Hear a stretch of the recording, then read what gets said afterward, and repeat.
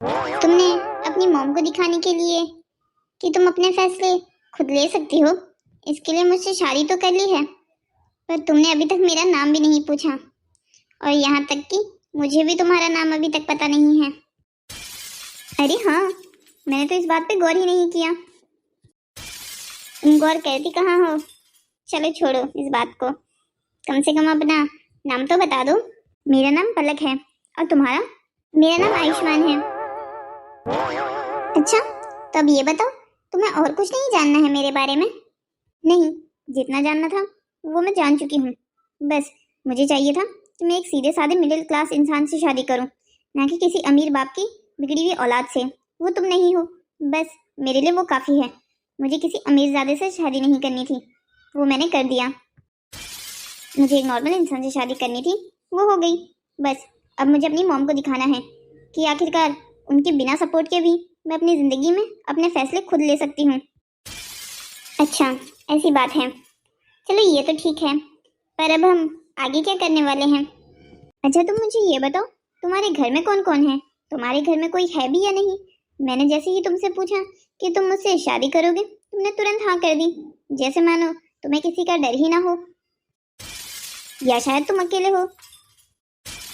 नहीं नहीं, ऐसा कुछ नहीं है, मेरे बाबा हैं। ओह, तो तुम्हारे बाबा भी हैं? हाँ बिल्कुल, मेरे बाबा हैं। मैं तुम्हें मिलाने लेके चलूँ उनसे? अरे मुझे जिंदगी भर अब तुम्हारे साथ ही तो रहना है, पर उससे पहले मैं चाहती हूँ कि तुम मेरी मॉम से मिलो। मैं तुम्हें पहले अपनी मॉम से मिलाना चाहता हूँ। शादी के पहले ही दिन तुम अपने घर में मुझे ले जाकर धमाका कराना चाहती हो। सब समझ रहा हूँ मैं तुम्हें, इतना तो अब समझ ही चुका हूँ। नहीं, अब ऐसा भी कुछ नहीं है, तुम इतना ज्यादा भी मत सोचो। अच्छा ठीक है, अब जब तुमने ठान ही लिया है मुझे अपने घर ले जाने का, तो चलो फिर। पलक, ये घर देख के मैं कुछ समझ नहीं पा रहा हूँ। तुम मुझे कहती हो कि तुम्हें अमीरों से नफरत है, पर ये घर देखकर ये तो मुझे कहीं से नहीं लग रहा है कि तुम गरीब हो। तो फिर तुम मुझे मेरे सवाल का जवाब देना पसंद करोगी? मैं समझ रही हूँ, मेरा घर देखकर तुम्हारे मन में सवाल तो जरूर उठ रहे होंगे कि जो लड़की अमीरों से नफरत कर सकती है, वो खुद अमीर होने के बावजूद ऐसा कैसे कह सकती है? तुमने बिल्कुल सही सोचा है, मेरे मन में यही सवाल आ रहा है। तुम्हारे मन में ये सवाल आना बहुत नॉर्मल सी बात है। चलो, मैं शायद तुम्हें समझा पाऊँ। मेरे मॉम डैड की मेरे बचपन में ही सेपरेशन हो गई थी। मैंने अपने डैड को ज़्यादा अपने पास कभी देखा ही नहीं। उन्होंने दूसरी शादी कर ली और वो अपनी ज़िंदगी में फिर से व्यस्त हो गए। उसके बाद रह गए मैं और मेरी मॉम। मॉम को लगा कि डैड के जाने के बाद कहीं मुझे किसी चीज़ की कमी ना हो जाए, इसलिए उन्होंने बहुत मेहनत की, इतना बड़ा एम्पायर खड़ा किया। पर वो अपने काम में इतना व्यस्त रहने लगी कि उन्होंने मुझे कभी अपना वक्त ही नहीं दिया, इस बात का एहसास ही नहीं किया कि बेटी को सिर्फ ऐशो आराम नहीं, उनका प्यार भी चाहिए।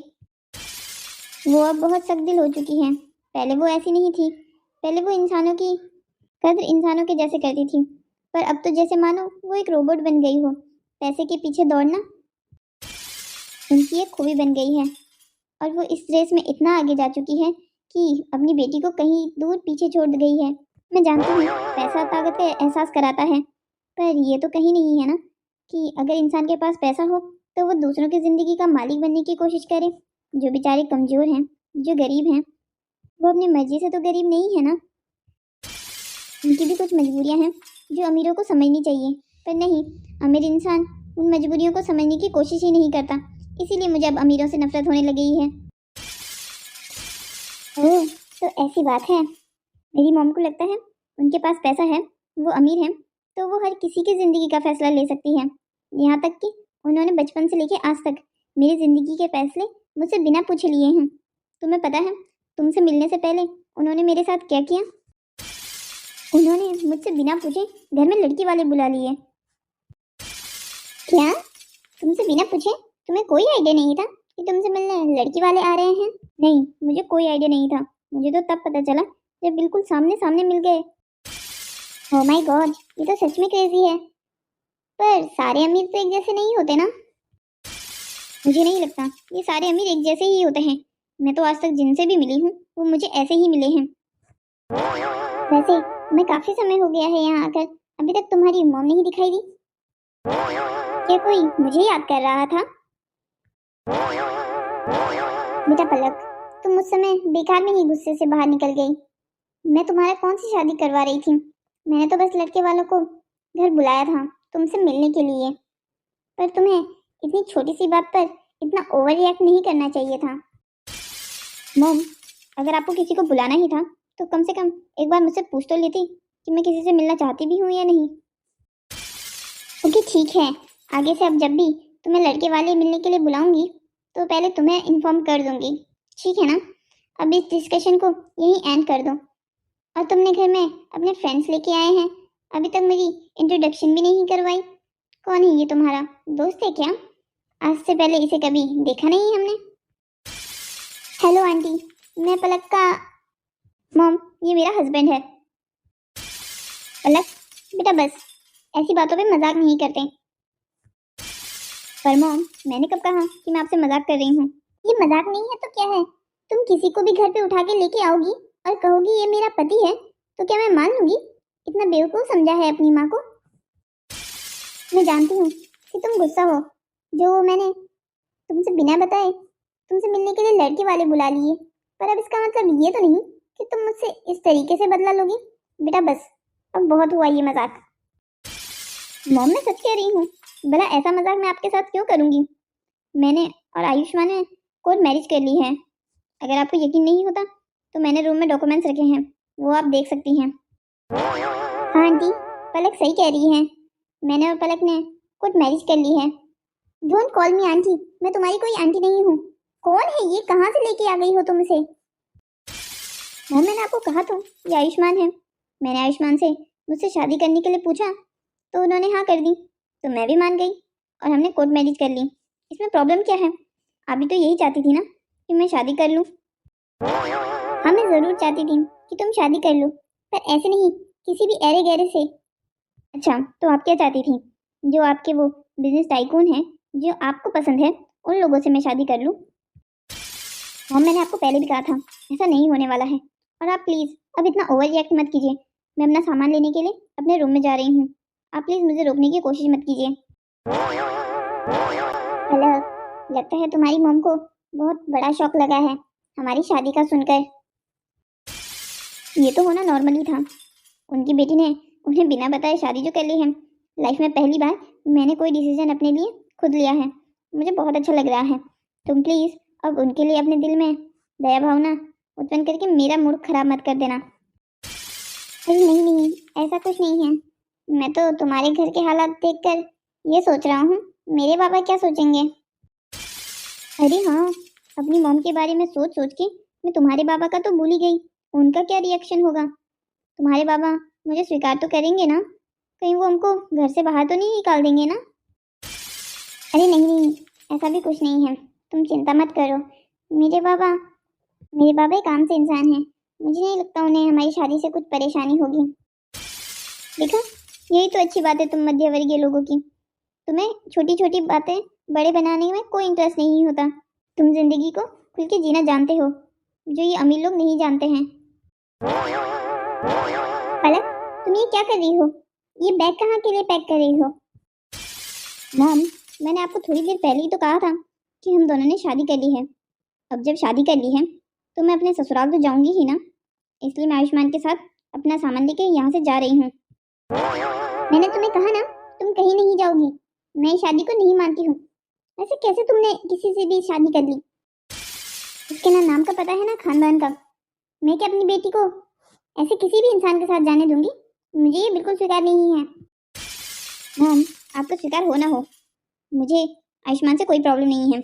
मैंने उसके साथ शादी कर ली है, अब मैं उसी के साथ रहूंगी। पलक बेटा देख, तू कहती थी ना मुझे कि मैं तेरी कोई बात नहीं मानती हूँ। आज से मैं तेरी हर बात मानूंगी, तुझे तेरी जिंदगी की सारी डिसीजन लेने दूंगी। बस बेटा पर ऐसा मत कर, तू इस इंसान के साथ शादी मत कर। तू ये क्या करने जा रही है अपनी जिंदगी के साथ? तुझे अभी कुछ समझ नहीं आ रहे हैं, तुझे अभी बिल्कुल आइडिया नहीं है तो अपनी जिंदगी को किस नर्क में लेके जा रही है। बाद में पछताएगी, तब तेरी माँ तेरा साथ देने के लिए तेरे पास खड़ी नहीं होगी। मॉम, मुझे नहीं लगता कि मैं अपने फैसले से पछताऊंगी। हंसपन, ये मॉम को क्या हो गया है? ये ऐसे अचानक से गिर कैसे गई? लगता है आंटी को शॉक लगा है और वो बेहोश हो गई हैं। हमें उन्हें जल्द से जल्द हॉस्पिटल लेके जाना होगा। मॉम, आप ठीक तो है ना? प्लीज़ आप ठीक हो जाइए। पलक प्लीज़ तुम रो मत। डॉक्टर ने क्या कहा था कि आंटी बिल्कुल ठीक हैं। उन्हें बस अचानक से इतने सारे स्ट्रेस की वजह से चक्कर आ गया था। मुझे अपनी बेटी से थोड़ी देर अकेले में बात करनी है। ठीक है आंटी। पलक, मैं तुम्हारा बाहर इंतजार करता हूँ। पलक बेटा, तूने ये क्या कर दिया? तूने बचपन से जो चीज़ मांगी मुझसे, मैंने वो तुझे ला के दी, चाहे वो मुझे कैसे भी लानी पड़े।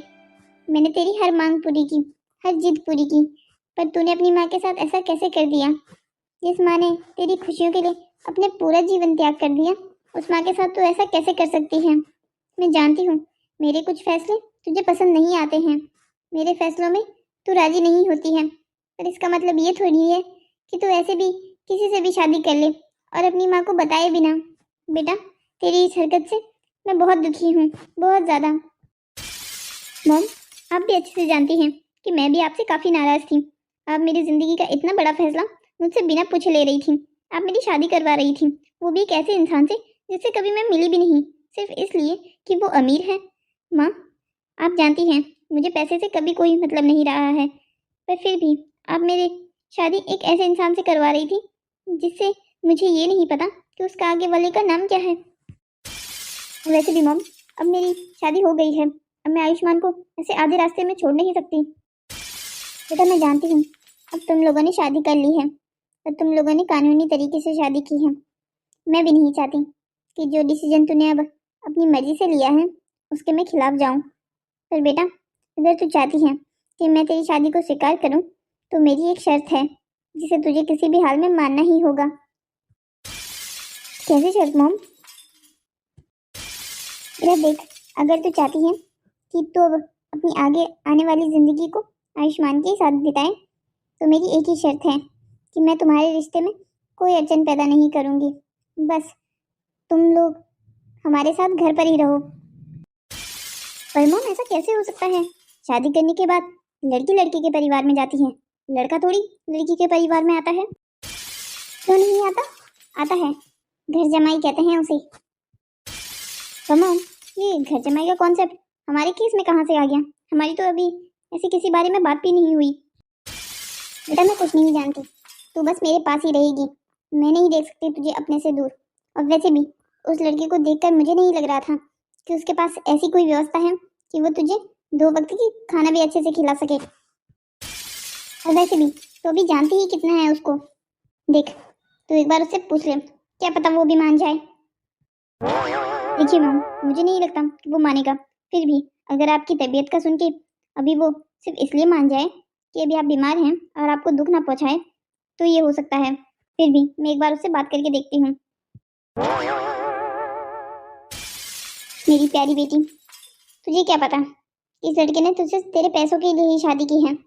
अब एक फटीचर को दोनों हाथ में घी के लड्डू मिल जाए तो उसका इससे बड़ा क्या सपना हो सकता है? मैं अच्छे से जानती हूँ, वो मना कर ही नहीं सकता घर जमाई बनने के लिए। सर, आपको यहाँ नहीं आना चाहिए था। अगर पलक ने आपको देख लिया और उसको ये पता चल गया कि आप मेरे डैड हैं, शादी के पहले दिन ही मेरा डाइवोर्स हो जाएगा। आप ऐसा चाहते हैं क्या? बेटा, अगर तू मुझे पूरी बात बता देता कि तेरी सास को तू यहाँ हॉस्पिटल लेके आया है, तो ऐसा कुछ होता ही नहीं। तूने मुझे सिर्फ इतना कहा कि तू हॉस्पिटल में है, इसीलिए मैं टेंशन में आ गया था। ऊपर से तू दोबारा फ़ोन भी नहीं उठा रहा था, इसीलिए मैं भागा भागा सीधा यहाँ चला आया। I am so sorry dad, aunty की तबीयत अचानक से ख़राब हो गई थी। जल्दबाजी में मैंने आपको पूरी बात बताई ही नहीं। और बेटा, तू पलक से ये झूठ कब तक बोलने वाला है कि तू कोई गरीब नहीं है? देख, जितनी देर तक तू ये सच्चाई छुपा के रखेगा ना, पलक को ये उतना ही बड़ा विश्वासघात लगेगा। इसलिए मैं तुझे एडवाइस करता हूँ, तो जल्द से जल्द पलक को सब कुछ सच बता दे। डैड, उसे सच्चाई तो मैं भी बताना चाहता हूँ, पर मैंने आपको कहा तो था कि वो अमीरों से नफरत करती हैं और मैं नहीं चाहता कि वो मुझे सिर्फ इसलिए छोड़ दे क्योंकि मैं अमीर हूँ। ओह मेरे बेटे, तूने ये कैसी प्रॉब्लम में खुद को डाल दिया है। अब मैं इसमें क्या ही कह सकता हूँ। तू देख ले, तुझे जैसा ठीक लगे। डैड, आप चिंता मत कीजिए, मैं जल्द से जल्द इस प्रॉब्लम का सॉल्यूशन निकाल दूंगा। और हाँ, कुछ ही दिनों में मैं और पलक आपसे मिलने आएंगे, इसलिए मैंने आपका एक किराए के घर में कुछ सामान रख दिया है। और हाँ, वहाँ आप ऐसे सूट वूट में मत आइएगा। आपको ऐसा लगना चाहिए जैसे मानो आप सालों से उसी घर में रहते हो। पापा प्लीज़, आपको ये बिल्कुल पता नहीं लगने देना है कि हम लोग ये नाटक कर रहे हैं। बेटा, कभी ना कभी पलक को ये बात पता लग ही जाएगी। झूठ ज़्यादा देर तक नहीं चुपता है, इसलिए मैं तुझे एडवाइस कर रहा हूँ, तो जल्द से जल्द पलक को सच बता दे, तब हमें ये नाटक करने की भी कोई ज़रूरत नहीं पड़ेगी। पापा, मैं चाहता हूँ कि एक बार पलक मुझ पे विश्वास करना शुरू तो करे। जब उसको एक बार मेरे पे विश्वास हो जाएगा तो उसको मेरी बातें समझ आएगी कि मैंने ये जो कुछ भी किया सिर्फ और सिर्फ उसे पाने के लिए किया। ओके, जैसे तुम्हारी मर्जी बेटा, मैं तुम्हारे हर फैसले में तुम्हारे साथ हूँ। Thank you so much dad.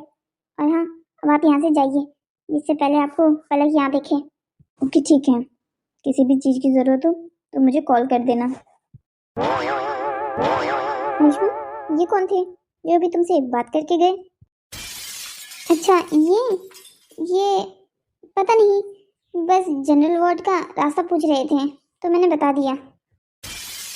ओह अच्छा, अरे तुम ये सब छोड़ो और ये बताओ, आंटी की कंडीशन कैसी है? वो ठीक तो है ना? हाँ आयुष्मान, वो बिल्कुल ठीक नहीं है।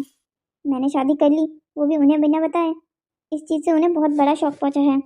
ये तो मैंने तुम्हें पहले ही कहा था कि ये तो होगा ही, पर तुम चिंता मत करो। आंटी को सिर्फ चक्कर आया था, वो भी स्ट्रेस की वजह से। वो बिल्कुल ठीक हो जाएंगी, तुम्हें ज़्यादा परेशान होने की बिल्कुल ज़रूरत नहीं है। वो आयुष्मान, मैं परेशान उस बात से नहीं हूँ।